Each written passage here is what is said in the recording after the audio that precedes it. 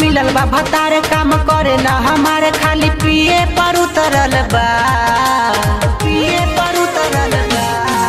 बोका मिलल बा भतारे काम करे ना हमारे खाली पिए पर उतरल बा। तो हम का कही सखी सैया के सौतिनिए लो भइले बा। तो हम का कही सखी सैया के सौतिनिए लो भइले बा सौतिनिए लो भइले बा। सिंगर सुंदर सुरीला सौतिनिए लो भइले बा।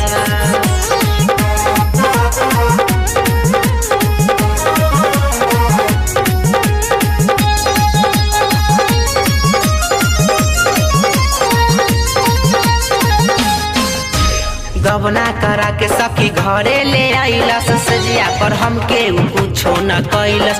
रोजो निकल जाले सौतीन के आसे हमरा के छोड़ देबे भूखले पियासे हमरा के छोड़ देबे भूखले पियासे। गबना करा के सखी घरे ले आइलस सजिया पर हमके कुछो न कैलस। रोजो निकल जाले सौतीन के आसे हमरा के छोड़ देबे भूखले पियासे। रहे चढ़ल जवानी हम झारे नहीं पानी खाली पिए पर उतरल बा पिए पर उतरल बा।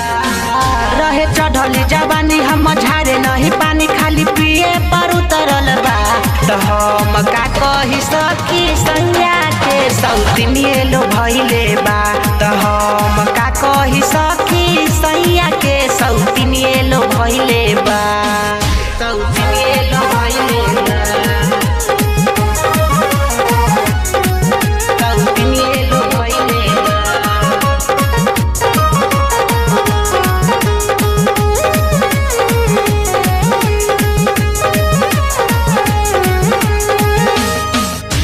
रहे सौतिनिया सैया के फसैले सुनी के हमारा जिया उड़ गईले। कितनो मनैला पर नहीं मानेले रातों दिनों सौतिन पर चढ़ेले रातों दिनों सौतिन पर चढ़ेले। रहे सौतिनिया सैया के फसैले सुनी के हमारा जिया उड़ गईले। कितनो मनैला पर नहीं मानेले रातों दिनों सौतिन पर चढ़े। रहे राज तिवारी कहे चंदन बिहारी सुंदर प्रिय पर उतरल बा प्रिय पर उतरल बा।